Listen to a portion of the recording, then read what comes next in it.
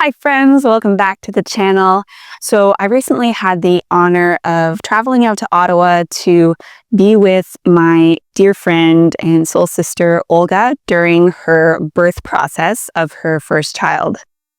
And this is actually the sixth birth that I've witnessed. The first one was my oldest sister, her second birth when I was just 15 years old.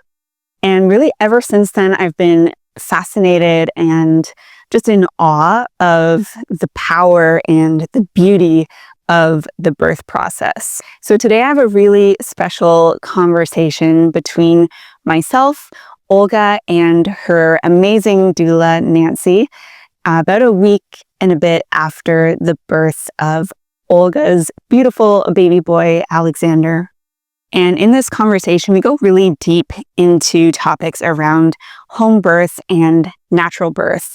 We talk about why many women choose to give birth at home, what the benefits are of being in the home environment for birth, how to create the ideal conditions for a smooth, beautiful birth. We talk about the magic and power of the birth portal and how that then supports a really empowered motherhood. Plus, Olga shares her birth story from start to finish. And this is a subject that I'm so passionate about. I really, truly believe that there's so much healing, transformation, and empowerment available when we approach the birth process with awareness, with intention, and really with a willingness to be deeply, deeply present in our body and in our experience and to surrender to the process. It can just be so transformative and empowering. And I guess this is a good time to share with you our really exciting news. I am pregnant, and Matt and I are so excited. We're expecting our little one in the late spring, and this has been something we've been dreaming of for quite some time. And I'll do a whole episode about my journey with fertility and how I naturally allowed my body to come back into balance after coming off of hormonal birth control and having missing periods over the span of 5 years. It's been quite a journey, and so I look forward to sharing that with you sometime very soon. So being able to witness Olga's birth while having a little bun in the oven myself at the same time was especially beautiful and powerful for me. So that's enough from me. I hope you enjoy this beautiful, deep conversation as much as I did. All right. Hi, everyone. I'm so grateful to be here with you today, and I'm excited to be back on my podcast. It's been a while, and I just feel this urge to share my message because I just had amazing home birth experience with two of you, which I'm so grateful for. And I've got a lot of questions. How did you decide to do that? You are such a brave woman. Unmedicated home birth. What did you think about? Why not hospital? And there is so much to share that I could write a book about that probably by now, but I cannot send everyone book. So I just decided to record this episode, and we will talk why home birth, why unmedicated home birth, and we just want to provide information for women who are considering or thinking about that, that it's not actually scary, that it's not more painful, it's more pleasurable, it's more fun, it's more adventurous, and it's more ecstatic. And I'm very excited to share this message with the world. And I also want to introduce both of you because first of all, I don't know what I would do without Nancy, because she was there supporting me so much and helping me to release pain and just go through all of this.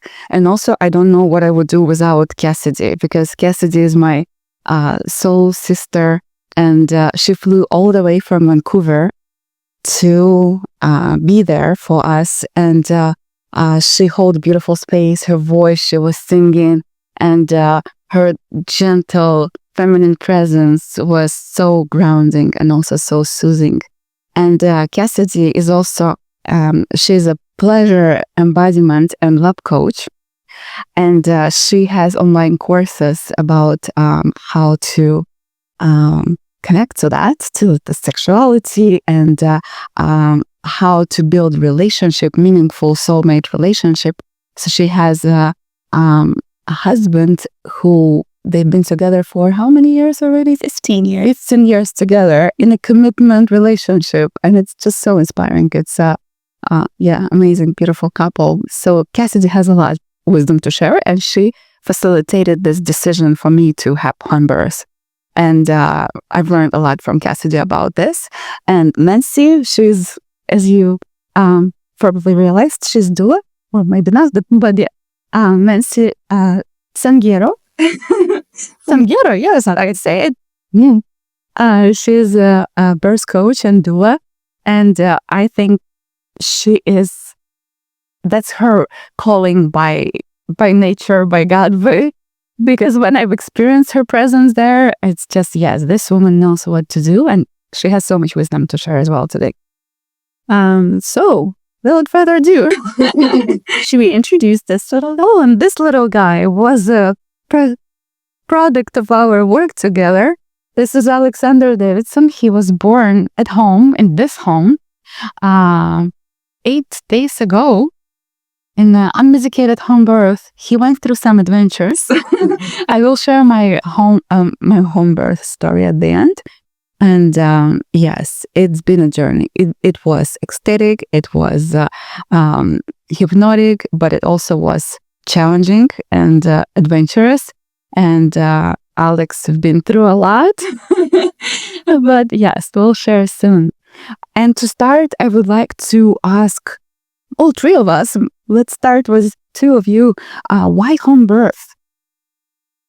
Well, I'm excited to hear what Nancy has to say about this. But from my perspective, so that your birth was the 6th birth that I've witnessed. I'm not a doula officially, but I love to support my sisters, both blood sisters and soul sisters, during their births. And I've just witnessed in all of those experiences just the raw power and just the beauty, the deep connection to just like the raw experience of aliveness in the present moment that happens when a woman can be just so deep in her experience during birth without the interference of other people. And I think the home birth setting is really the setting that allows for that the most. You get to choose who is present in your home.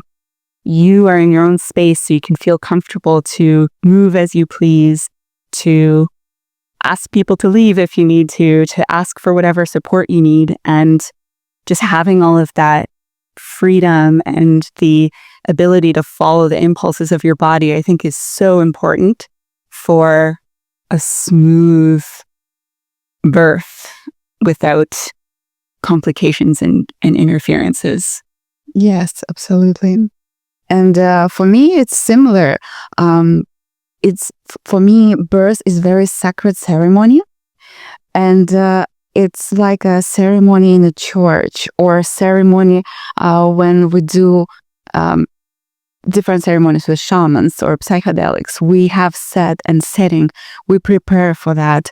And we go into this deep transcendental experience. And I just cannot imagine having this deep spiritual divine experience when you literally bringing the soul to this world through your body as a channel between astral and physical, and to have it as like somewhere where it's unknown environment with bright lights, with sounds of instruments and unfamiliar people. So for me, it's important to open the space.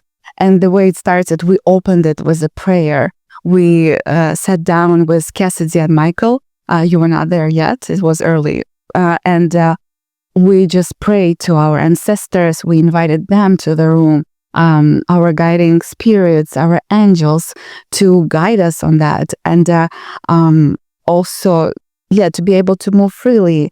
And for example, my birth started very intensively right away, and I would not imagine to move to the hospital. And then after he was delivered, I cannot imagine moving back. So it's just so, you are in your space and this all happens and you're cozy and everything can reach. Yeah, it's amazing. For me, I echo everything both of you said, because yes. I also take it, like, I guess based on my like healthcare background, I also go into like a neurophysiological space in regards to home birth, because the way that our bodies are programmed is to give birth when we're safe. Right? We're not going to give birth. We're not going to allow our baby to come into the world because we're vulnerable and the baby's vulnerable in a space that is high stress.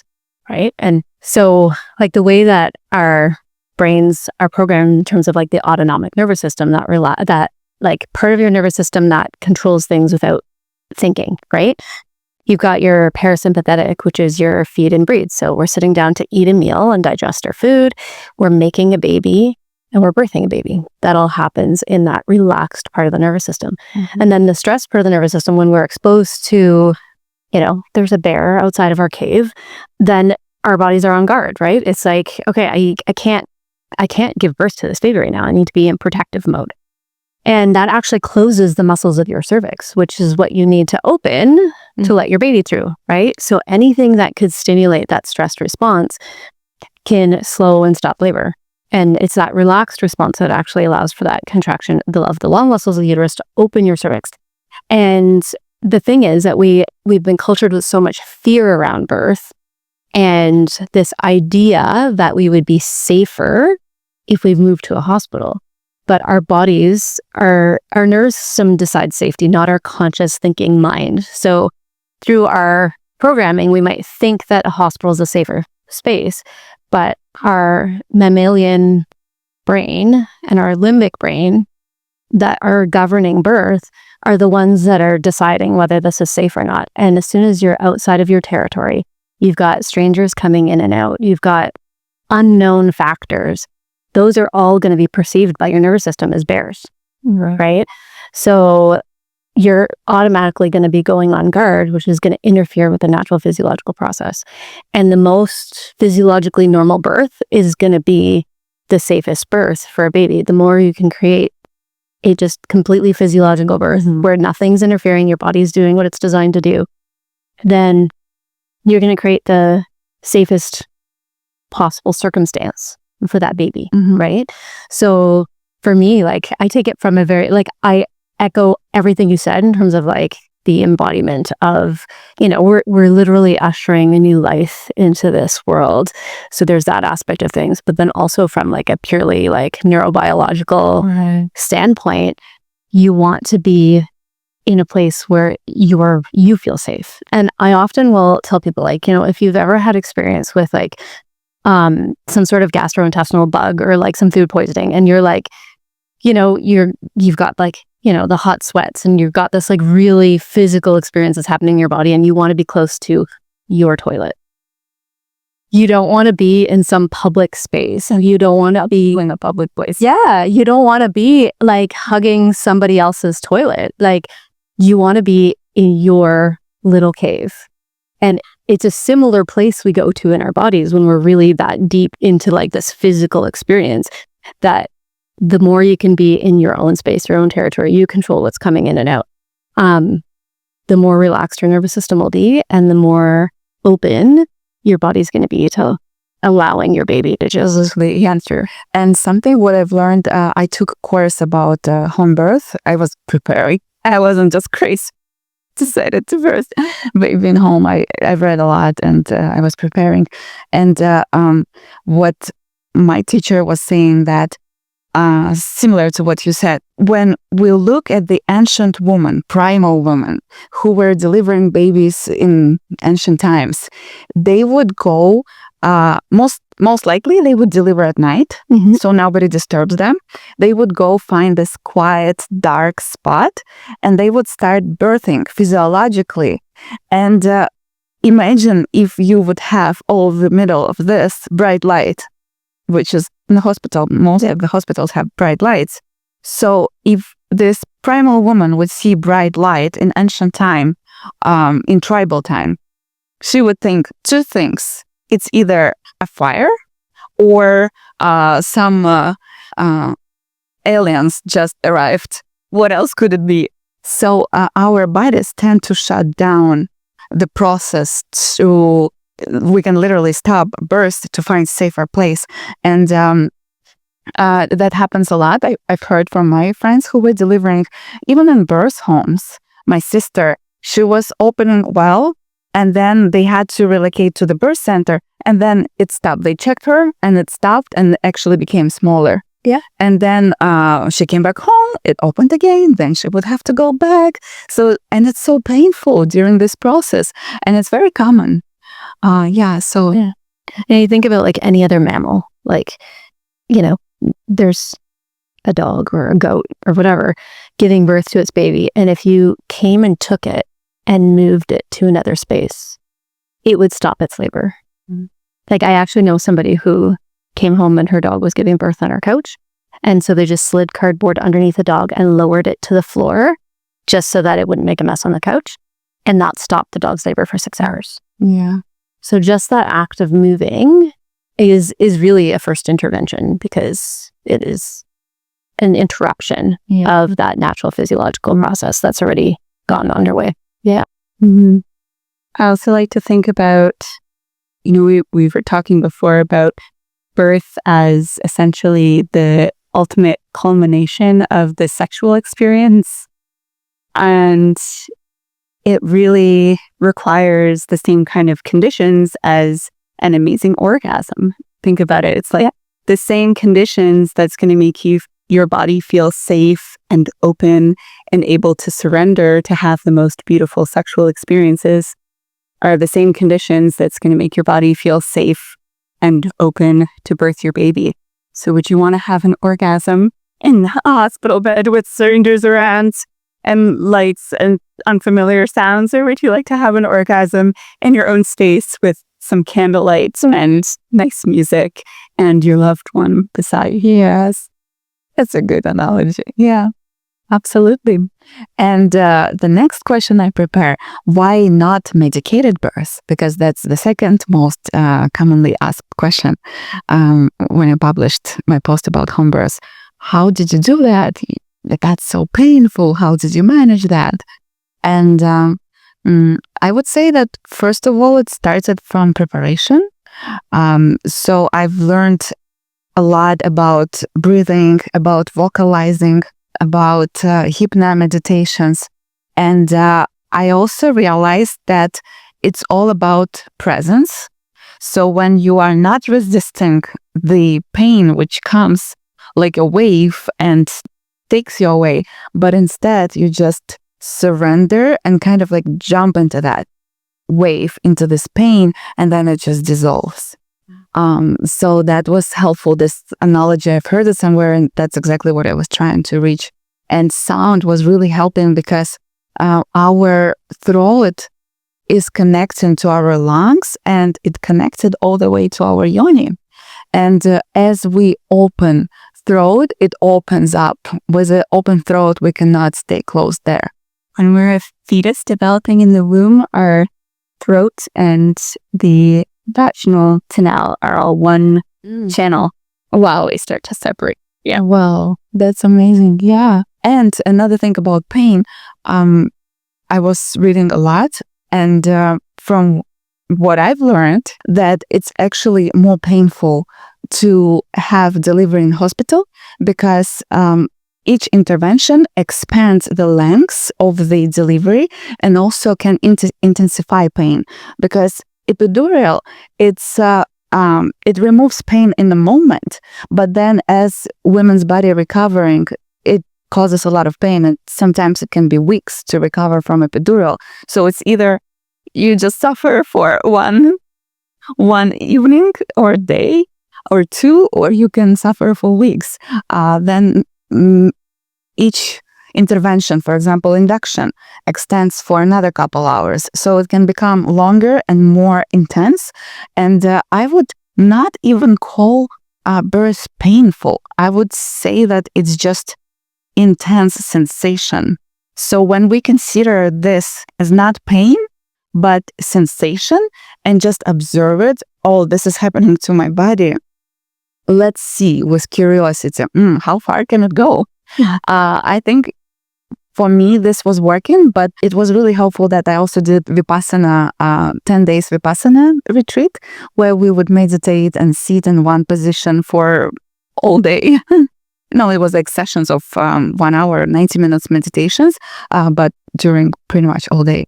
And sometimes our legs would get hurt from sitting so much. And what Vipassana teaches is to just observe it. If it's pain, okay, this is just a sensation.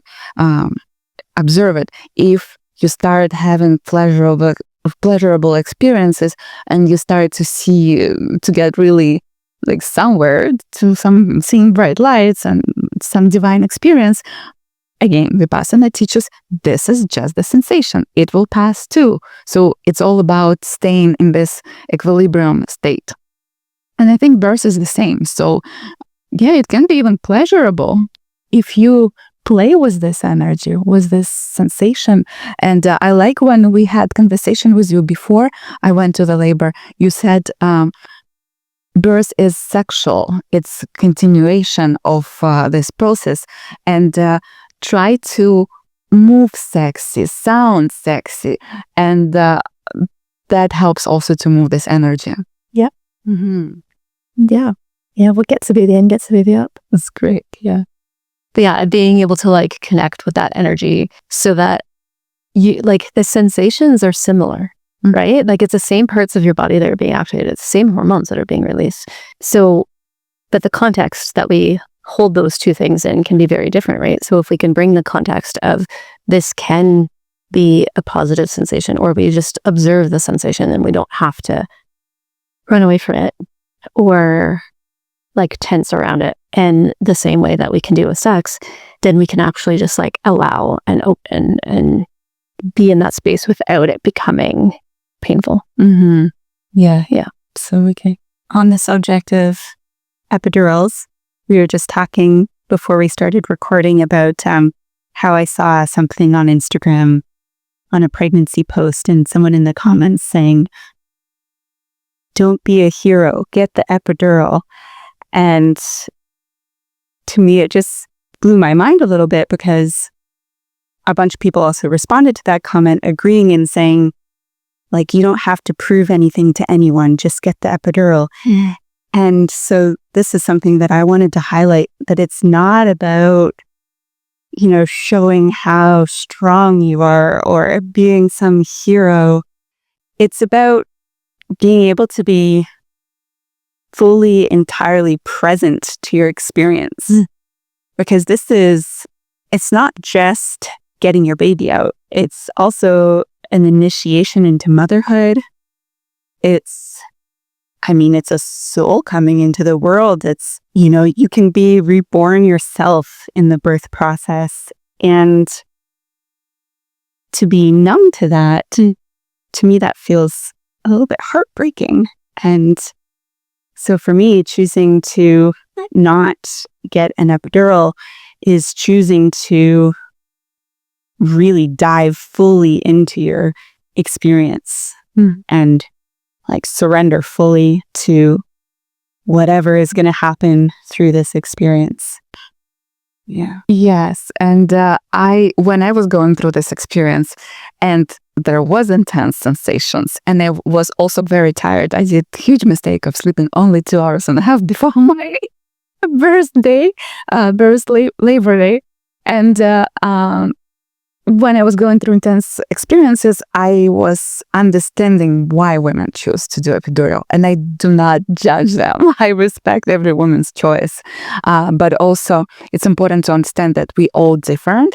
And I just want to share our experience and to let women know that there is other way, which can be less painful, more safe, more pleasurable. Hey, just a real quick interruption to ask a little favor of you. If you're enjoying this episode, I'd really appreciate it if you could take a moment to give it a thumbs up. Make sure you're subscribed to my channel. And if you're listening on a podcast platform, I would be so grateful if you would leave a review for the show. And if you can think of anyone who might get something out of this conversation, please go ahead and share the episode with them and help spread the love. Thank you so much. I appreciate you. Thanks for being here. Yeah, and that we all brave enough to go through that if it resonates. And to add to what you said about initiation, it's also something I've learned from my course. And she was telling that we have these different stages of birthing baby. One is when baby sits in the womb, he's there, and he thinks it's forever. He doesn't know what's future, what's past. He's just in this cozy space and he feels amazing there. Then there is second stage when contractions start. Our uterus is a huge muscle which begins to contract and push baby out. And then at this stage, baby also thinks that this is going to be forever. Okay, I'm in this stage of contracting uterus around me. And then the third stage begins and it's pushing and the baby thinks it's there forever. And then baby gets born. And the biggest difference between baby and mama in this moment is the transition when women thinks that she cannot do that anymore, that this is too much, and please somebody from outside help me, give me something, epidural or drug, take this pain away. She gets into this child position of thinking that this will take forever, and she gives away this power.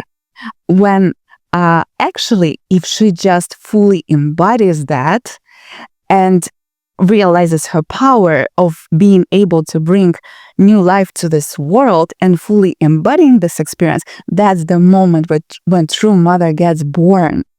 And this is such a powerful initiation, which we so easily give away to doctors, to epidural, to other things. And when I've heard this analogy, it was another moment which I realized I made the right decision. Yes, I want to have full initiation, especially that they have tendency to withdraw. When I face big challenges in my life, I'm like, oh, this is too much. And I thought that, yes, this time I will not withdraw. I'll dive into that, no matter how hard it will be. That's good to have that self-awareness ahead of time. If people can have that kind of awareness of like, what is your natural response so that you can prepare for how you will show up or how you'd like to show up differently.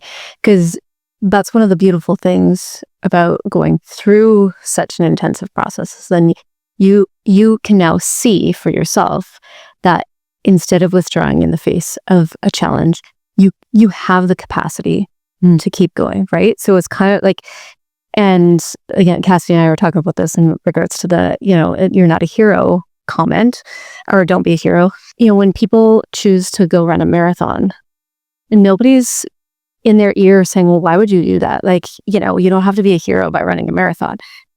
People are like, yeah, okay, go for it. Just go. And what you get out of that, it's not about I'm better than somebody else because I ran a marathon. No, it's about, I wanted to accomplish something. I want to embody my best version of myself. I want to be the best version of myself. I want to feel that experience in my body. I want to be challenged and to have the experience of overcoming that challenge. And I don't want people to take that as a selfish thing where we're having natural births because we want to overcome a challenge. But because it's so much more than that, because it's also doing it for the sake of, one, coming into your full power, into your motherhood, and then also creating the most physiological, normal birth for your baby. But mothers are important too, and their experience coming through birth is equally important. And to be able to come through and be like, I did this amazingly difficult thing, that stays with you for the rest of your life. And so that's where people are like, oh, it's just one day. And it's like, no, this is a set point for the rest of your life. And you can always come back and draw on that, like, oh, I want to withdraw. I want to, like, I don't think I can keep going. They're like, no, I know I can because I've done it before. And that is like, I don't know, there's this beauty that comes out of pushing yourself beyond what's easy. Yes. Right. And I also love everything was natural. I think that our bodies have intelligence, we have wisdom. And if we have three fundamental things running through our life all the time, which is proper nutrition, proper rest, sleep, and proper physical activity, then most of us are capable, totally capable of doing that. And we have this homeostatic system within our body, and each intervention of drugs, epidural, different things, they can interfere with this holistic system within us and also with the baby. It's such a fragile little creature. And that was another reason of choosing unmedicated birth. I didn't want to have any risk for his health. Yeah. Because epidural also can be damaging, very damaging. Yeah. And when one intervention often leads to another, which all of those increase risk for the baby. Yes. Obviously, there's situations where that is the choice. Yes. And that's already the risk condition during the pregnancy. So hand birth can be only accomplished if a woman doesn't have any risks for the baby or for herself. I also want to say too that, like, when circumstances present that may not be, the ideal circumstances to say continue home birth or whatever, I don't want people to think that that means that they didn't also achieve or accomplish something, because often you're put in an even more difficult position, and it's how you rise to that situation, right? Like, now you're in a situation where, like, maybe the circumstances are such that you have to make choices that you never wanted to make. You don't want the epidural. You don't want the Pitocin. But now the means in which you need to rise is to say, okay, I now have to say yes to something I really don't want. And that is a huge, powerful transformation too, in terms of your ability to face that adversity. Yeah. Yes. We had a friend who had to relocate to the hospital and do cesarean, and she was highly traumatized. So I think it's important to also have no expectations before birth, because it can end up in any way, and not feeling guilty if it ends up not the way you wish. I was aware of that because of her example, and I told to myself, I don't know how it's going to end up. If I have to go to hospital, I will. If I have to do cesarean, I will. But I'll just do everything I can to stay home and have him delivered at home. Yeah, I think all you can do is, have your vision, trust in your body, and rest in the process, continue to surrender, notice the fear, right? Because fear is the number one thing that slows down birth process. And as long as you're doing all of those things, that's, the rest is just surrender. And if challenges arise that mean that you have to make choices you didn't want to, then I so agree. That's like, there's a new kind of strength that comes from that in itself. Yeah. Yes, absolutely. Yes. And my next question is, I would like to elaborate on hospital system. And I've realized that hospital system is very masculine. It's a lot of if then. So it's very specific protocols which doctors follow, versus delivering a baby. It's such a feminine experience, and feminine experience, it's all about unprediction and wildness and spontaneousness and no due dates, just like no time, no goals, just presence and different experiences. And unfortunately, this powerful, the most powerful version of feminine energy puts into the masculine structure, and how it can interfere with the birth. Why?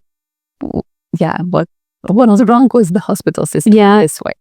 Well, it's very mechanistic. Like, it's like there's parts and we want them to function a certain way, and if they don't function the way that we want them to, then we want to take an action to like correct that. Like, it, as opposed to like birth is very much just an unfolding, right? Like, it doesn't follow a timeline. It doesn't, like, but we have these systems in the hospital where it's, there's Friedman's curve, which is, we expect a certain amount of dilation per hour over the course of labor. But that's not the reality of, like, if you took everybody and plotted them onto a curve, okay, well, maybe the averages of everybody would follow that curve, but some people are going to dilate quickly and then slowly. Some people are going to dilate slowly and then quickly. And if you average those, it'll make a line, but nobody is designed to follow that line. But we're trying to systemize something that is not systematic, right? Realistically, we're trying to make it so that people don't have to, just be present with what's happening and make choices in those moments. It's more like, okay, these are our protocols, right? But none of those protocols should be applied to any single person. So like there's so many ways in which, like, somebody else deciding whether or not your labor is enough to be given a room, like, versus, no, I am experiencing this to the degree that I need a space to come to, assuming that you don't have a space at home that you can be birthing, right? Like, we're a support, like a midwife or whatever, to support you at home. Just even that by itself, that somebody else from the outside is judging and determining the whole time what is acceptable, what's not acceptable, and even the language that we use in terms of things like trial of labor, if you've had a cesarean before. Or so many times people are like, oh, they allowed you to do that, or they let you do that. And it's like, what? Other people don't get to let me or not let me use my body, right? Like, my body is like, nobody's given me permission for my heart to beat. I don't see why I would need anybody's permission for my uterus to contract, like, in whatever setting or circumstance it decides to contract, right? But it's so, like, it's such an outside in perspective, and it also brings you out of that space that you're supposed to be in labor, right? Like, women go to a different place in labor where you're separate from the thinking mind and you're separate from the outside world. You're aware of what's happening around you, but you're so deeply in your body. And that's where you should be, because that is where labor happens. This is where you go retrieve your baby from the astral plane and bring it to this earthly plane. But everything happening from the outside brings us into this thinking mind and out of our bodies and out of, like, the deep process that's happening. We could talk about that for there's so much there. Yes, absolutely. And I also had the fear that what if my baby will stuck in a cord, like the cord will go around the neck and it will have hard time to breathe. And I asked you this question when we were preparing for our home birth, and you said that when there is a delivery in a hospital system, you don't know if it would happen if the person would not be in the hospital, whether it happened because there was so many interventions that it led to this, or because it naturally happened. Okay, I feel like kind of we need to separate two things. In terms of like a lot of people have a fear about the cord around the neck, and this is kind of like urban myth, urban legend kind of fears that follow. It's like culture, but it's really not usually a big deal. Like, babies have cords wrapped around their bodies, around their necks, and then they come out and you take the cord off. And then it's receiving oxygen through that umbilical cord for several minutes after the birth. So it's okay if their airway is cut off for a minute when they get born, because they're not breathing yet. Yeah, they're still getting that oxygenated blood. Yeah. So the cord, it is such a, like, there's such a fear around it. but it's realistically not that big of a deal. Like it would have to be a really tight cord around the baby's neck to the degree that it's cutting off the blood flow inside of its arteries to actually be a concern, which is so rare. So a lot of people will say, oh, well, you can't have a home birth because XYZ happened to me and I had to be in the hospital because it saved my life. It's like, well, did XYZ happen because you were in the hospital? Would XYZ have happened if you were at home, or would A, B, and C have happened if you were at home? Like everything that touches labor, like whether it's the people that are in your space or, you know, an intervention that's done, it all kind of nudges you towards your final outcome. So if you're in different circumstances, that exact same labor could have gone a different way. So you can't ever say that like, well, you know, because I was here, you know, or because this happened, I really needed to be in the hospital. Because it's like, well, maybe not. Like you can't know that because there's so many factors that played into that, you know, nudging you along that path at the hospital that led to that final outcome, that if you had different nudges, you may have ended up in a different place, right? Mm-hmm. So yeah, and that could happen either way. It could be like, oh, well, you know, ABC happened at home, and so, you know, but maybe XYZ would have happened at us. So like we don't know. Like all we can do is make the best decisions in line with our vision and what our ultimate outcome that we're looking for, but the circumstances that we're in, right? Like what's the next best decision in this particular circumstance? Yeah.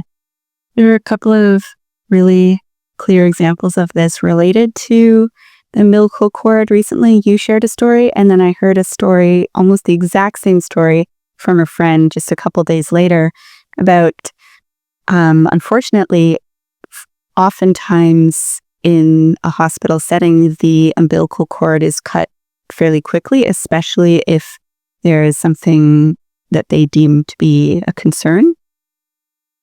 But again, the baby is still receiving oxygenated blood and other nutrients and important things from the placenta through the cord for several minutes after birth.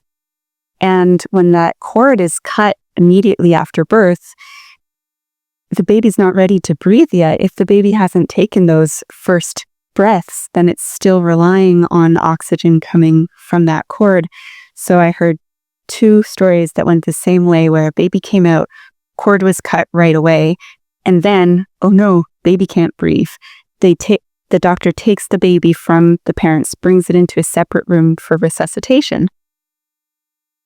Totally avoidable just by leaving that cord attached until baby's reliably breathing on his own. But it only takes a few minutes. And it's normal. It happens. It's normal. It's just, yeah, babies haven't been using their lungs yet. Of course, it's going to take a few minutes for them to figure out how to inhale some air through those lungs. And that's why we have the placenta still providing what baby needs. There's no rush. Yeah. Yes. And another thing is the importance of golden hour, which is the first hour when baby is born, and to have this skin-to-skin contact. So baby just came out of the womb when he was connected to mom for so long, and to have this smooth transition that, okay, I'm outside, but I'm still with mom. But when in this emergency situations, doctors take baby away to another room and put them on piece of metal or plastic, that's extremely traumatizing for the baby, for his nervous system. And then they can have much worse sleep and be more distressed because they just had this stress that, oh my God. Yeah. And to be separated from mom, like babies don't know that they're a separate entity from you. Mm-hmm. You are all that they know. And the rhythm of your breathing, the rhythm of your heart rate, like that is life. Like that is what they, you know. Mm-hmm. So to be separate from, in their perspective, yourself, right? That's very jarring, dysregulating for a baby. Yeah, and sometimes they take babies for exams right away, which is so unnecessary. You can do exams at any time. You can do it next day. But the importance of golden hour, this is foundation for his entire development of nervous system in the future and his psychological state as well. So yeah.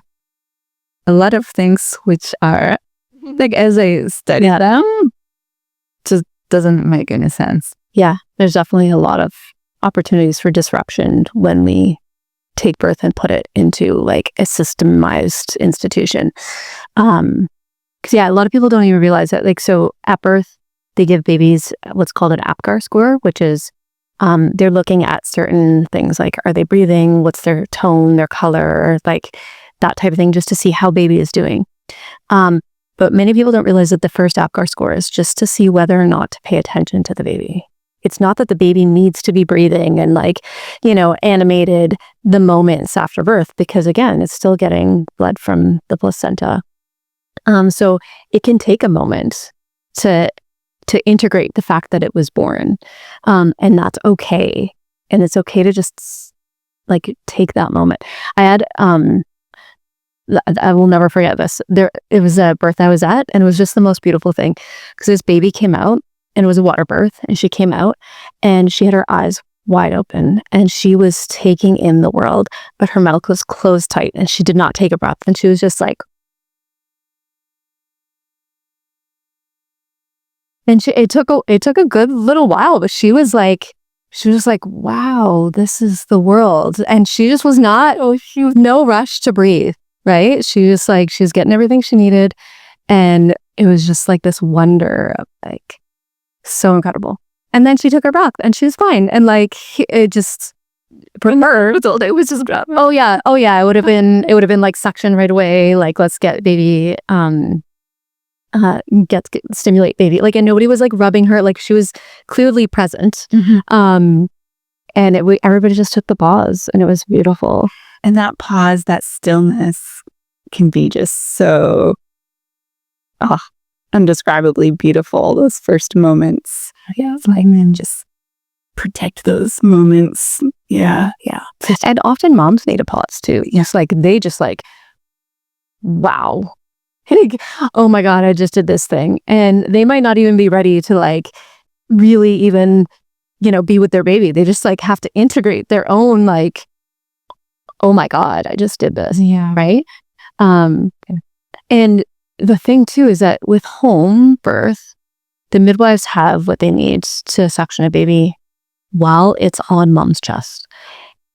And it's just sad that we don't have the same capacity in the hospital, and we would need to separate mom and baby and take the baby to another space where mom can't see exactly what's happening, isn't being informed about what's happening, creating distress in all parties, right? Because the mom, the partner, and the baby all being in distress, and the energy that happens when it could be, mom, stimulate your baby, I'm going to suction your baby at the bedside. And it doesn't have to have this great big, energy of separation and like emergency where like, yeah, it might be urgent, but it can still happen in a I want to say respectful way. Not that anybody's actively trying to be disrespectful in the other situation. I just mean respectful to the sanctity of the moment, Mm-hmm.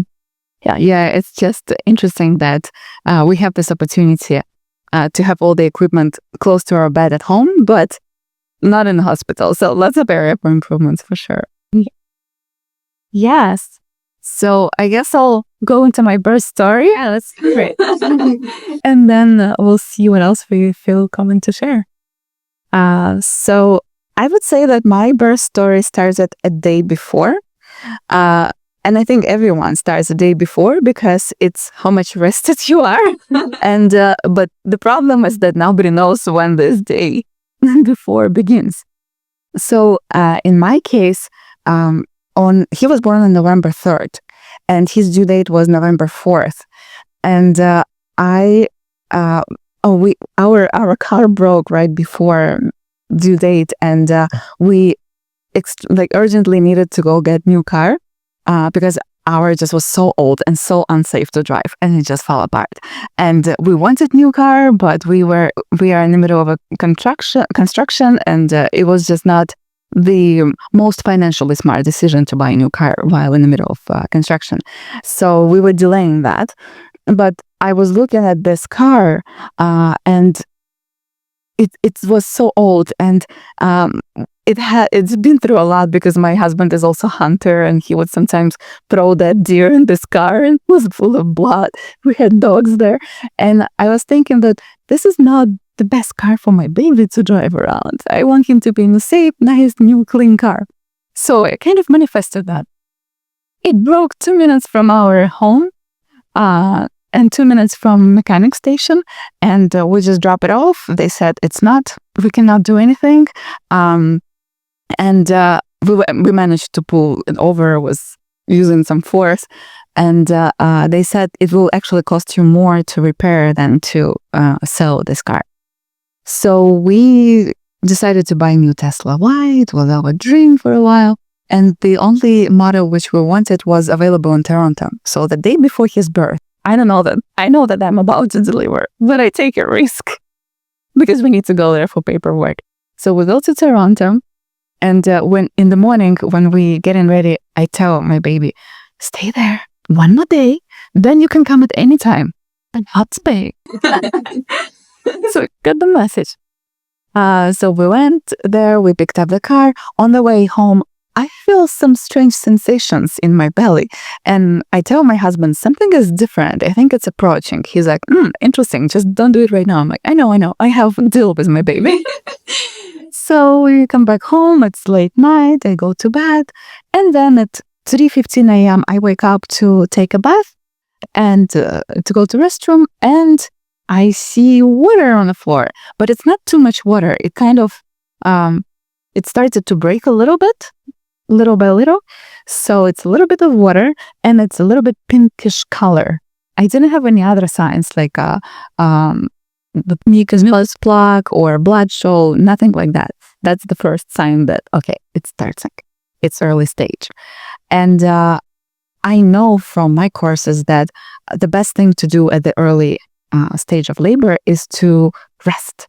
Go back to bed and try to rest. If you can't rest, just don't give any energy to these contractions and just act as you normally act. Act normal.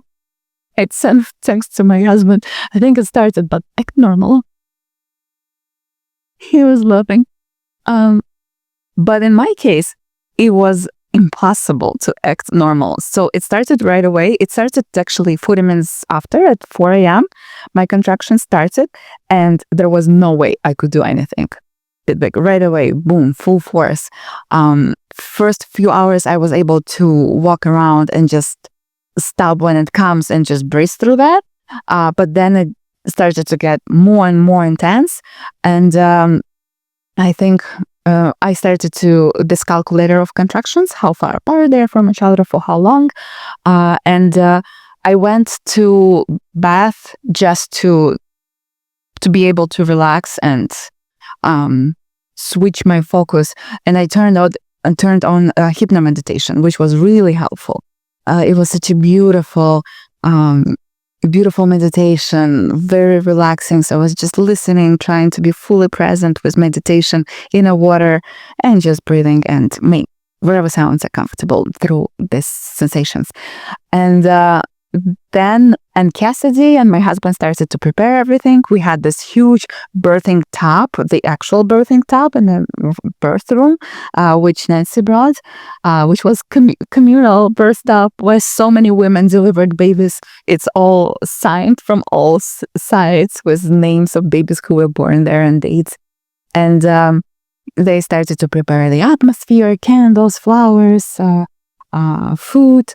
I'm super grateful that I prepared as much as I could in advance because I wasn't able to answer any questions or think about anything. And I had detailed birth plan and even pictures of what I want. For example, this is pre-birth tea. Take this ingredient, this picture of all ingredients. This is my pre-birth tea. This is my placenta release tincture. When it's time to release, give me 2 drops. And then if needed, every 5 minutes. So very specific instructions, which was very helpful. And then by the time I moved downstairs from bus stop in my bathroom, I was probably already close to 5 centimeters. It was 10 a.m. Yeah, it was 5 centimeters based on how it works. And I was on a chair when Nancy walked in. No, you're right. I called you. Yes, you were listening how I sound, and I sounded probably bad. like you were in labor. Yeah. So she came 1 hour after that, and I was on a chair. I couldn't even say hi. I was just like, ah. And she started to apply pressure right away on my back, and it felt so good. Yes, and so then we moved to the water, and it was between water and bed and chair and bathroom. When I needed to go to bath, I would just have few contractions right there, and it was nice. Sometimes we would just hug with Michael in bed, and I would have this contractions, and Cassidy was nearby singing. I was like, "No, don't sing like this. Sing like my grandma." Yeah, that's so sweet. You said, next contraction, can you sing to me like a grandmother's lullaby? Oh, yes. Yes, so sweet. Yes, and Nancy was massaging me. Oh, I felt so much love and so much support. And yes, it was painful, but it was manageable. It was doable because of all this preparation and support and love I felt. And it was progressing pretty fast. And around 6:30 probably, I was already in bus stop, and I felt like I think I'm very wide open. And I asked Nancy to call Midwives, and she was trying to delay their arrival as much as possible, because sometimes when they come, they do too many checkups and they interfere with the experience in this transcendental state. And I was like, no, cool Midwives. I think we need them. So by the time Midwives arrived, I was 8 centimeters open. And they arrived and they checked my opening. They checked Alex's heart rate. He was doing great. But my blood pressure was high or low? A little bit high. A little bit high. And they said, in this case, we recommend to move to the hospital. And when I heard this, I thought that there is no way I can move. It was so painful to just move within the birthing tub. And I couldn't imagine to go sit in the car, go somewhere else, pack. It was impossible to me. I was in such a present moment, in such a transcendental experience between life and death or birth that at this moment I was like, honestly, I would rather die than go somewhere right now. It's that bad, that intense. And I'm really grateful to Midwives that they were not too pushy. They respected this decision. They maybe asked a few more times later, but overall they were very respectful. And that's how I also set up my boundaries. I told them that I will have this transcendental experience. I will be not in the room physically, yes, but not with everything else. And I just want this to experience that without too much interruption. So yeah, they minimized exams, almost not checking, just a little bit. Yeah, you were really good about. They stayed up in the level of the house for them. They were not even in the room. Yeah, you're really good about selecting that bubble and doing minimal checks, yeah. And we were playing music. My husband was playing flute and singing bowls and guitar, and Cassidy was singing, and I was singing through my contractions, and it was so nice and so beautiful. And later Midwife said that we've never been at the birth like that, but there is like live music in the basement. So yeah, they were just chilling upstairs, and there was a beautiful moment then I moved to pushing stage. And that was the most challenging part of the experience for me, because I had hard time to figure out how to push. And contractions were easy, but pushing stage was a huge challenge. And that's where sensation really started to be intense. Extremely intense. And I thought that I cannot do that anymore. I was saying, I can't do that anymore. I can't do that anymore. That's this moment when mother gets initiated. At this moment, this song started to play. sister, what was the words? Yeah, it says, sister, hold my hand. You're stronger than you know. You're like the rose. You're stronger than you know. Yes. And then you started to sing this song as well. And I was trying, and like, okay, this is a message for me. I'm stronger than I think. Yes. And in this moment, all I could do is pray because I couldn't stay with this praying, this sensation. So I was just praying, like inside of my head and asking the collective consciousness of all the mothers who were able to bring baby to this world to support me. Just try to connect to that knowing which we have within us in our DNA, and praying to my ancestors. And at the same time, as I was doing this, I was feeling how all of the other people prayed for me, because I know a lot of my friends and family, many of them were praying before, during even, or after. And I was able to feel like there was a huge energy coming to me through this experience as I started to connect to the source. It was just like oneness of all these people, all these mothers, and myself. I think it was like the most transcendental moments through entire birth.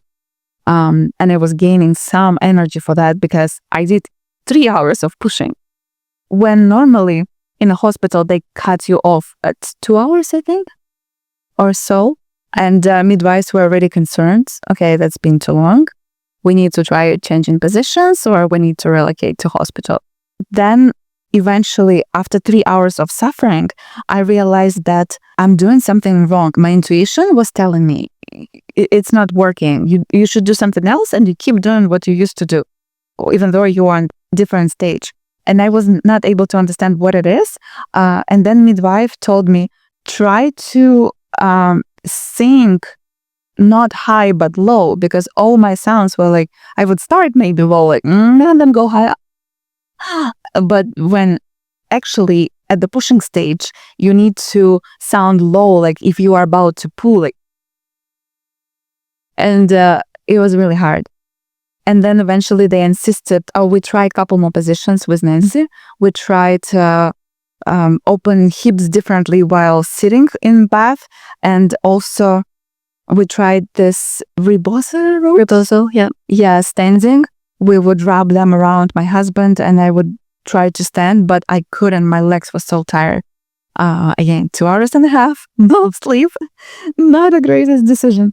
And then we decided to go to toilets. Midwife insisted, and I think it was a great decision because the as soon as I sit down on a toilet, I realized, oh, that's how you do that, just the same way. And as you go for number 2, and right away I started to feel how his head is pushing through the bottom of my pelvis, and I was able to feel him. And then it took me only 40 minutes, and he was birthed. I think, Nancy was saying, she was calling Michael because bathroom was so small, nobody could fit there. It was just me and Nancy, and I was just leaning on Nancy, like, It was really very helpful for me that you were there, and I was able to lean on you. It was game changer. And then you called Michael. You said, she's about to have your baby. And Michael enters, and as soon as he enters, I push and his head comes out. So I was almost waiting for him to be there. So we see the head, and it's huge relief. Yes, finally. But at the same time, we see a bunch of blood and meconium, which is baby's poo.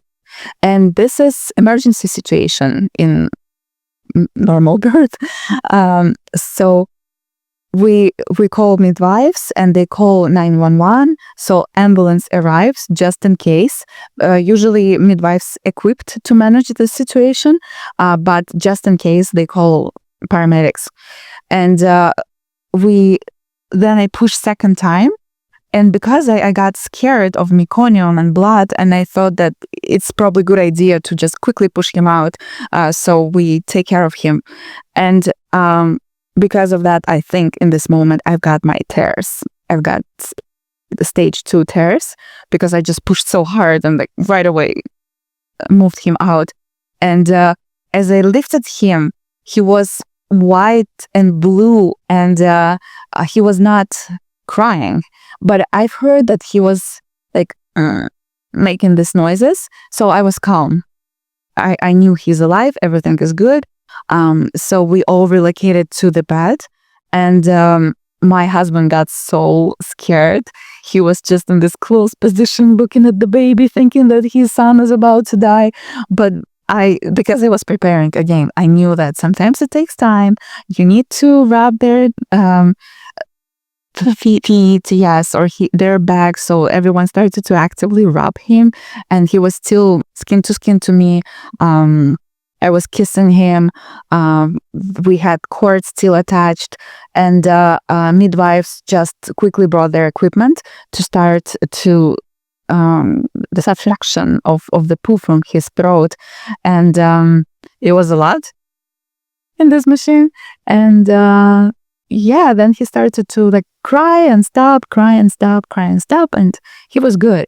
And then eventually my placenta was born. We had tincture, and it helped. It was just there. They just pulled cord and placenta came out. But they were a little bit concerned about blood, but it was all good. Yeah, they were concerned about blood, and without my consent, actually, they just gave me a shot of oxytocin, which I was like, why? I had another herbs. I had this Chinese pills, which were for step in bleeding, and it was 2 forms. One where if bleeding is not too bad, and another one if there is strong bleeding. There was one red pill in the middle, and I just wanted to have my natural herbs, and they just gave me oxytocin, which I think was not too bad. I didn't feel anything crazy shifting in me, but that what happened. Yeah. They should have definitely gotten Giving more information. Yes, and I think they told somebody else, but not me, and I was just surprised. I didn't understand how it happened. Yeah, and then we did the stitches while Michael and Cassidy were hiding baby, and how did it feel to like have him in your arms? Oh, so good. Oh my God, yes.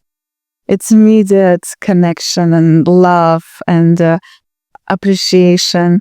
And I could not imagine him being taken away from me. That would be scary. I wasn't scared at all. Through all this process, I was in Zen state and in the full trust to my body, to the process, into him, because I knew he did great. He's such a strong man. Because all the time they were checking his heart rate. It was nice and steady. We were like, wow, such a strong boy, future Iron Man. So yes, it was nice to bond with him. And also his head came out as a cone. It was like big long head because he went through so much stress while me trying to push him out for 3 hours. So his head was coned. But it got back to normal next day. Yeah, and we had a lovely night of sleep together. He slept very well. He was tired. Yeah. I don't know if you remember this, when we were in the bathroom and it was really close, like it was getting very obvious that he was going to be born very shortly. And I asked you if I could call Michael, and you looked at me dead in the face and you're like, why? So no. And then I was like, because you're going to have your baby soon. And then another contraction came, and then it was like, okay, you're going to have your baby. And then I asked you again, like, can I go get Michael? And again, like dead in the face. Why? Like, because your baby's coming out. And you're like, yeah, I'll go get it. Oh, I was in such a present moment. Yeah. I'm sad that there wasn't more space so that we could. Yes, I would use the small bathroom. It was a very small bathroom, and you couldn't really open the door while Olga was sitting on the toilet. So, and in terms of cords, like he came out and his cord was draped around his neck, like kind of like a scarf. So like we couldn't lift him up right away because we had to get that out from around his shoulders so that we could lift it up. And cords happen. Yeah. Anything else I don't remember? I Feel like you covered it all. Yeah, I think that you hit the big things. I don't know if you want to go ahead. I've got some questions. So we kind of talked about before you started sharing your story about how in labor we go to this other place, right? And we're not in this world where we're using our cognitive thinking mind. And some people call it Laborland, where you kind of just, yeah. Do you resonate with that? Like, do you feel like you went there? Yes. Can you describe what that experience was like? Me out in the room, I was somewhere else. And I think the best description was when I shared that I was in this like space of collective, and divine. And it felt like a portal. Yes, like truly like a portal, where I was able to get strength and power, that wisdom of the body. And also I remember then when I was like opening my eyes and looking at the bottom of the pool, it was I had visions. I had this geometrical patterns. So I was definitely very high on my own natural produced drugs. That reminds me, Nancy, something that you were saying during the birth process. You were telling Olga that because she was saying at one point, how am I going to keep doing this for hours longer? And you were reminding her that as the intensity increases, your body produces more of all of these chemicals to keep up with the intensity. And I think that's really important for people to know, because if someone's experiencing a lot of pain and a lot of intensity in early labor, and then they think, oh no, it's going to get worse, right? Then that might lead them to seek pain relief. But yeah, can you maybe describe that a little bit more? Yeah. So as intensity increases, your body releases endorphins, which are your natural feel-good hormones. And as you get more intense, you get more endorphins as you get more intense. And I actually find like observing women in birth, there kind of almost is this space in early labor. Like before, like it's like you're really deep into active labor and you go into like Laborland and you like leave this space where things are intense. And I feel like that is actually the hardest part, because you like your endorphins haven't caught up with you yet. And that's the place where people would be like, I can't do this if it's going to get worse. And as you get deeper into labor, it's not worse. Like, it is intense. It takes all of your focus. It takes all of your energy, but you're with it and you're fully capable of doing it. But it's like before you've caught up to that I think is the hardest place. And I bet that if we were going to like plot when people choose an epidural, it would be in that space of like between like early, like right when active labor is really getting going, before you like fully have gone into it. That's when people would choose it, because of that, because they're like, I can't handle this when it gets harder. But it doesn't get harder in the same, it's not the same. Like, no, it's just different sensation, because pushing is different and then transition is different. When you feel this ring of fire, it's different. And pushing him out was not painful at all. I think the ring of fire is the most intense, but again, it's an engine. yeah, It's a moment, and it feels like you just taken like a really hot bath. yeah, Opposite service. yeah. Yeah. And then to speak to the pain thing too, is that we also get stuck on the memory of the pain, right? So like maybe you did have a really, really intense contraction that you weren't ready for, which, you know, can happen like after your waters break. Sometimes the next contractions can be like super, super intense. Or if you've changed position and you're not in a rhythm in that position, and like just the sensations are different. And then we can get stuck on this like, oh no, that's how intense it was. And then instead of meeting the next contraction where it is and just being like, okay, this is the sensation I'm having in this moment, and like just allowing it and being there with it, because we're stuck on this memory of this pain in the past, that we respond to that, and then we start tightening, and then that creates pain. Okay, that's an analogy for life right there. That's like just what we do to create pain for ourselves and life in general, right? When we like take these past experiences, project them onto the future, instead of just meeting life as it is, we're layering on stories and expectations that create pain. Yeah. I have chills right now.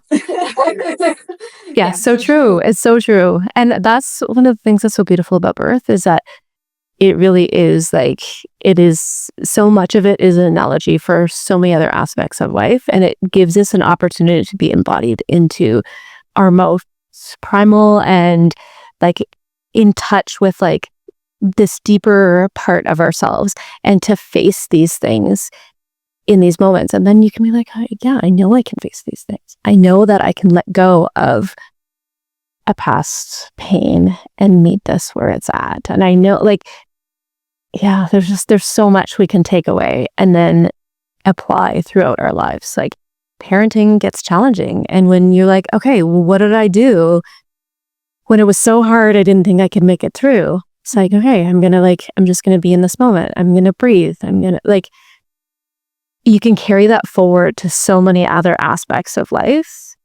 And that's one of the reasons why I love birth. But that was the question you asked me when I was having a hard time, was pushing. And I said, I cannot do that anymore. And you said, think about the moment when you thought you cannot do that anymore, but you didn't. Like, oh, okay. And I actually thought about the women's retreat I was hosting. It was always, it was just a vision, and then fear. Oh my God, what if I cannot? No, I can't. It's too big. It's international. No. But then you just like, full trust, and you go and you do it. And then magical things happening. So I think jumping into the fear, it's one of the biggest gifts we can give ourselves to expand. Yeah. Mm-hmm. Yeah. And knowing that, like, you can do hard things. Like, and in labor, remembering I can do hard things, because it will be hard, and there'll be moments where it's like, I can't move to the toilet because it's going to feel more intense, and I don't want that. Because, like, but you can do hard things. Yes. Like, and you will survive, and you're safe, and like, nothing bad's going to happen. You're just going to have to go through this moment of doing a hard thing, and you can't avoid it. And you can try to avoid it, but there's only so long you can avoid it before you have to go through it to get to the other side. There was a moment when you were in the tub and you were noticing, okay, this isn't working. I need to change something. And, different suggestions were happening, like going to the toilet. You're like, oh, upset it's going to hurt more. And you actually said, you're like, there's some avoidance happening right now. Like, that's a good awareness. Well, you can only avoid it for so long. And then, and then we're like, you have to go through. The only way out is through. Yeah, it was the case with life, when things get challenging, it's easy to pull away from what's happening, but the only way out is through it. Absolutely. Yeah. And I feel like just the practice of approaching pregnancy and birth with embodiment and with trust in your body, trust in your baby, all of that seems like it would just set you up so well for then motherhood in general. And I'm curious to hear from you, Nancy. You have three kids. Yeah. What do you see as the relationship between your birth experiences and how that's impacted motherhood for you? One, I think coming into motherhood feeling whole, well, capable. I felt like a rock star after I gave birth. I was like, I feel like a superhero. And I remember like going to the grocery store. And I'm like, I did this amazing thing, and all these people don't even know. Like, it's like secret. Yeah, exactly. It's like, wow. And like, kind of back to things that we've said, like there's definitely times like, going into labor being not on enough sleep and being exhausted and having that like, I have to do this anyway, even though like everything in me I just want to go to sleep. Right. And there's definitely been moments of parenthood where it's just like pure exhaustion, but you have to keep going. And being able to draw on that and being like, hey, like, I know I can do it. And I've been here. I've been in this spot before where I've been so exhausted and I just want to say, screw it all. And I don't want to keep going, but I know I'm capable, and like pulling that power forward into this moment, like taking that power that you've experienced before and being able to keep drawing from it and bringing it into this moment is super helpful. I appreciate that I never had a moment of separation from my babies, like they were all born at home.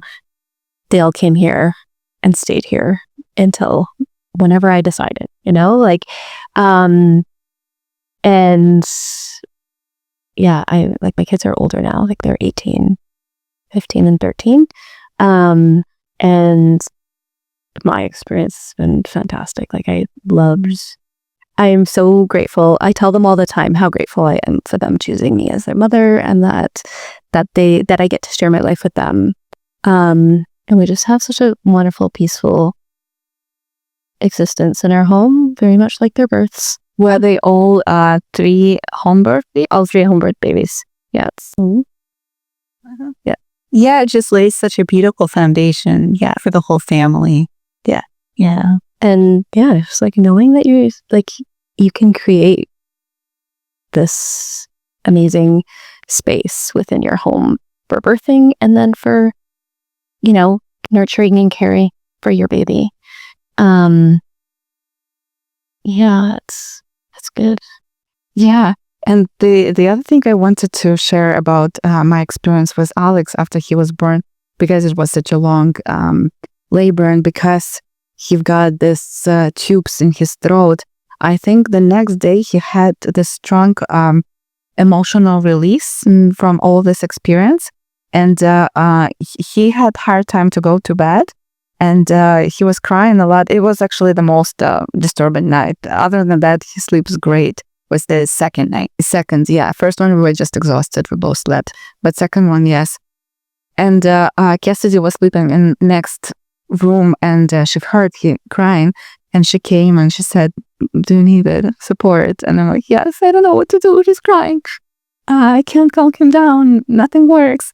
And she said, "Try to bring him very, very close to yourself, skin to skin, as he would be in a womb. And don't be afraid to squeeze him. He's not gonna die. Just like hug him really tight and hold him, let him breathe." And I did this, and as I closed my eyes, I saw again these patterns, geometrical patterns. I was still high.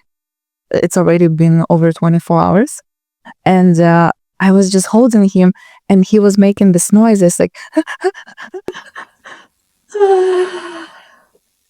then again. And at this moment, I felt like our nervous system is communicating to each other. He's expressing what he's been through, and I'm receiving that and giving him reassurance and calming him down that you are okay now. You are here in my arms. Nothing changed. You're just outside. You did great. And he just calmed down. No time. And I think it was a huge release of trauma at this moment. Yeah, his body was doing a little bit of shaking. It did seem like this just stress release from the nervous system. I feel like I've gone through that with like older kids too. Like, I don't know what age, probably like 3, like 4, when like just a lot in their bodies, and then like being able to like just really hold them tight, helping them come back into their bodies, like bringing them to their breath and just letting, like, they might need a physical release, but they also often need it within that, like that safe space of like that a little bit of extra squeeze in your arms. But yeah, like I feel like I've gone through a similar thing, but like throughout their lives. That can even be really therapeutic as adults. Yeah. I had a beautiful session with she was amazing. This, I don't even know what to call her, intuitive somatic healer From Australia. Yeah, in Australia. And one of the things we did, she went behind me and just held me tight, like really tight, to just, create that like physical container of safety and feeling of being held, to let my body release whatever it needed to release. It's like, that just feels good to be held tight. Yeah, exactly. It reminds me, I also wanted to bring up, so you've been co-sleeping with Atlas since the first night. Yeah, I love it. And I'd love to hear your experience, because to me, all of the women that I know, that I'm surrounded by, they all co-sleep all their babies, and just, they've all described to me that they couldn't imagine doing it any other way. So what's your experience been like? Yeah, so before he came out, I was not sure how I'm gonna do that. And I had bassinet ready next to my bed, and bed is also coming to our new house. But after having such a stressful birth, I felt like I need to have him close to me. And we went to bed, 3 of us. You were with us, and you just said, yeah, that's safe. You can put him next to him, and next to yourself, skin to skin, and just put pillows here and there so he doesn't fall off from the bed. And you actually put pillow underneath of bed sheets so he doesn't suffocate himself, because there is a lot of cases when kids get suffocated in between too many pillows. So I asked, is it safe? You said, yes, absolutely. I'm like, okay, I'm gladly will do that. And I tried to feed him. There was a little bit of claustrophobia. He had a few drops and he passed out. And then, next night he was under stress. So of course I was holding him. And then I just loved it, because now we had such a beautiful routine. He sleeps for 2 hours. We both sleep. My breast is near his mouth. As soon as he wakes up, I just give him my breast, or I change his diaper and give my breast, and we continue to sleep. And I started to track sleep, breastfeeding, and diaper changing. And right now, like by the end of the week, it was a rhythmic pattern. It was like sleep, diaper change, breastfeeding, sleep, diaper change, breastfeeding, and it's 2 hours. So like we sleep for 2 hours, both of us, and then we wake up and sleep again. So recently, last night, I achieved 6.5 hours of sleep. And you just,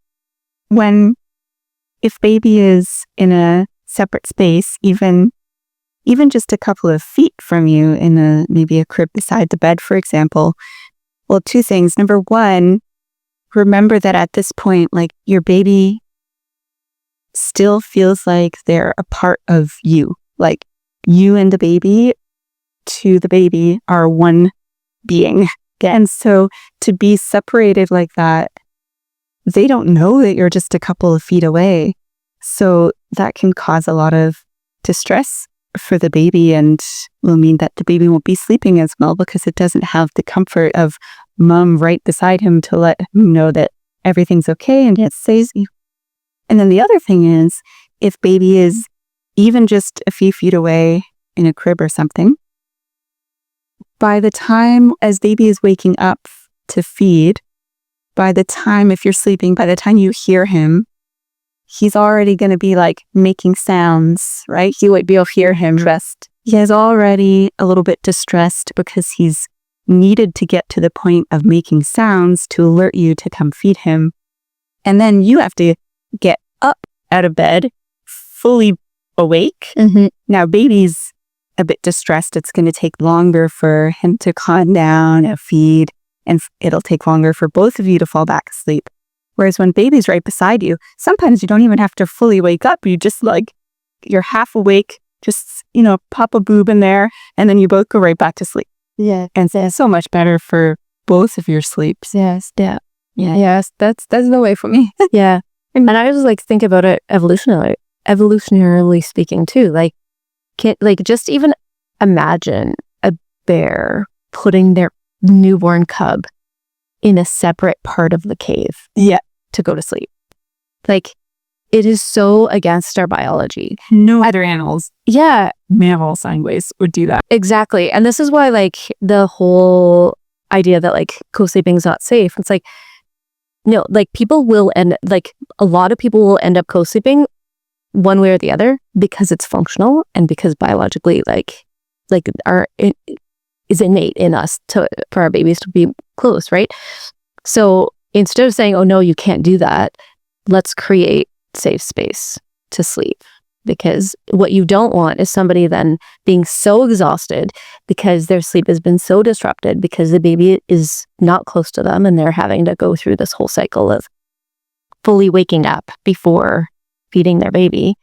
And then being awake enough to put them back, that inevitably they're going to end up falling asleep with their baby and they might not fall asleep in a safe place, right?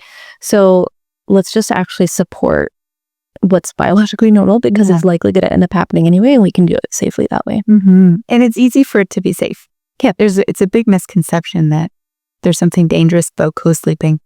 For example, I heard a common fear. People are afraid they're going to like roll over onto their baby. They're going to crush their baby. There's no way. As a mother, it's as long as you're not on drugs or alcohol. Yeah, right. And then smoking also has an impact. Yeah. But if you're, sober, you have this instinct. As soon as your baby starts to stir, you're aware of it. There's no way you're going to roll onto your baby. I used to wonder if I was waking my baby up because I would be awake moments before she was. Wow. And I was like, no, we're just like so in sync, right? And the moment her breathing changed, I was like alert, right? So I don't unless you're in some altered state where like you're not actually fully in control of your body and you're not present the way that you would normally be, you're so in tune with your baby that the moment something is going on, like you're like, okay, my baby's not breathing the same way. I was talking to my mom about this, and she was saying, and that continues, like, as with older children, she said that even if her door was open, if one of the kids came silently creeping into the room, she would wake up immediately. It's like just that mother's instinct, when kids are awake or when they need something. Yeah.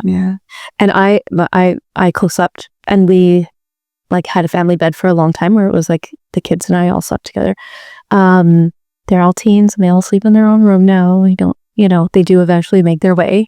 So I know everybody's always like, oh, but then, you're setting up bad habits. It's like, there's no bad habit. No, they want their own room eventually. Yeah.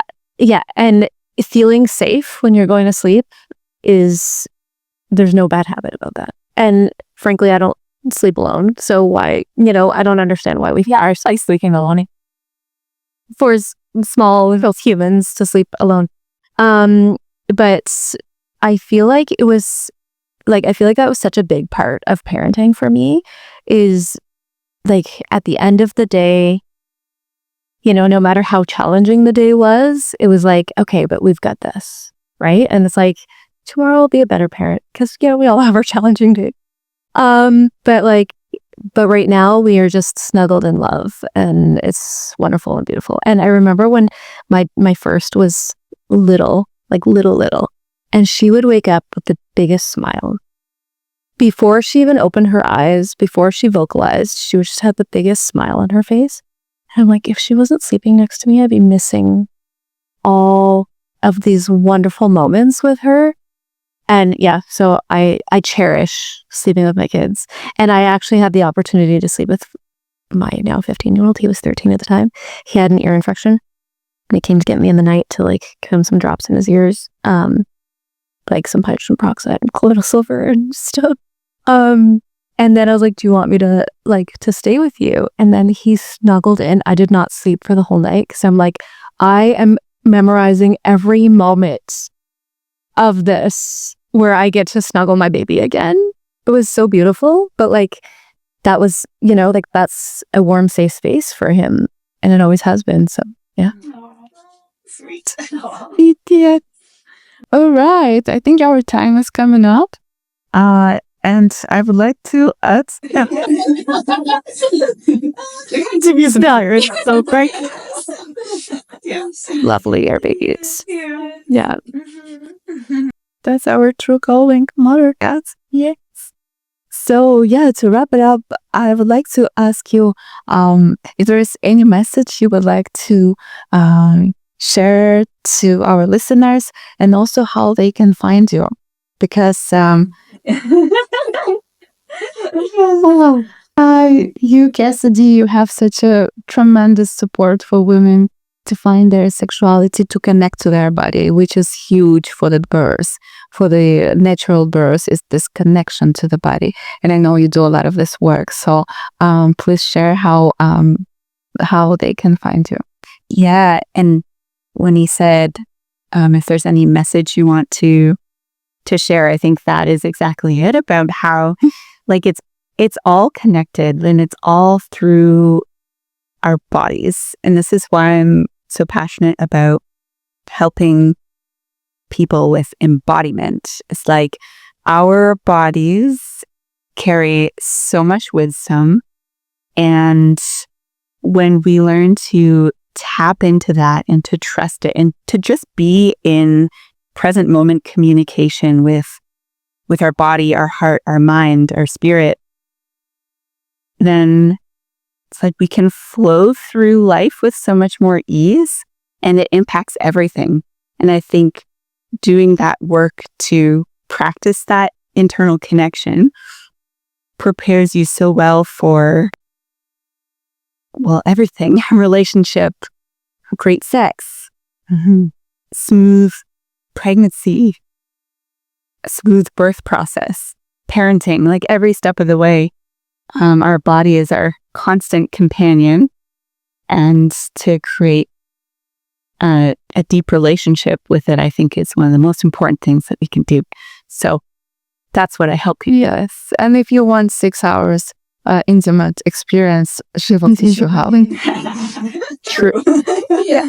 So you can find me on Instagram at Abundant Couples and at abundantcouples.com or CassidyLogston.com. I've got some online programs both for women, for embodiment and pleasure and purpose, and also for couples. We have the Conscious Intimacy program for couples who want to just deepen their connection both emotionally and physically. Yeah, that's it. And couples retreats. Yeah, we do retreats here and there. And I also have a podcast, Abundant Couples. Yes. Thank you. Thank you so much, Dana, in the presence here. Such an honor to be here for the whole birth process and afterwards, sharing these precious moments. And I think it's all I hear, and how it doesn't feel a lot for me because so much support from family and you and my husband. Yeah, it's really important to have community around. And Nancy, yes, I forgot to mention at the beginning that Nancy has experience as a birth coach since 2003. So 21 year of experience. Yeah, I am so blessed. The best doula in the world. I cannot imagine better experience. But yeah, it's just case. Yeah. And I know you have events for the community, so please share. Yes. Okay. So I guess a message to share with people is that you're more capable than you know. And yeah, creating that you have within you what it takes to create the best birth for your baby, whatever that ends up looking like. Getting the knowledge, the support, and the will to face those hard moments and to keep going. That's the trick, is to keep going. That you are more capable than you know. So there's that. In terms of where to find me, if you go to yourbirthcoach.com/Olga, I do have like a you can get like a 5 secrets to creating a joyful birth. And I'm also on Facebook, Your Birth Coach. I think that's what it is. Just Your Birth Coach. Or else I see the description of it. Yeah. So yeah, all the links. And I do host, if you're in Ottawa, I host 2 monthly meetings. One is a parenting meeting, where essentially we talk about, all things about life as a parent, and like living consciously, holistically. It's really about making conscious and intentional choices. And I also host a meeting on pregnancy and birth. So creating that space to have community, being able to express your questions, your desires in a positive space, because there's so much negativity around birth. And it's a space where you'll get positive support regardless of where you're at and where you're coming from and what choices you're making. So the parenting one's the second Wednesday of every month. The birth one is the fourth Wednesday of every month. I'm also in the process of developing an online course for childbirth preparation, going beyond like, yes, we'll touch on the things of, all the things that you need to know in terms of stages of labor, like that type of stuff. But really, it's more about the self-development and like, rising to the occasion and dealing with those inner self-limiting beliefs, so that you can come to birth from a place of strength and confidence and, having embodied practices so that you're aware of how, like, you just be in your body and have experience being in your body coming into your birth. So all of that. I am also in the process of writing my book, Great Sex, Great Birth, which I think Cassidy and I need to have some more conversations. Yes. Because I feel like we meld just perfectly here. So that will be to come. So if you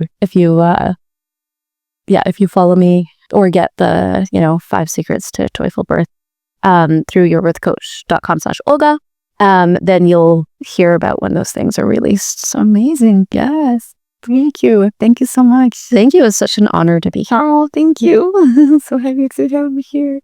And yeah, my message is to just trust in yourself, in your body, and the birth process, that it's something beyond you. It's something divine, and just allow this divine wisdom to channel through your body during this experience and be present. Yes. Thank you.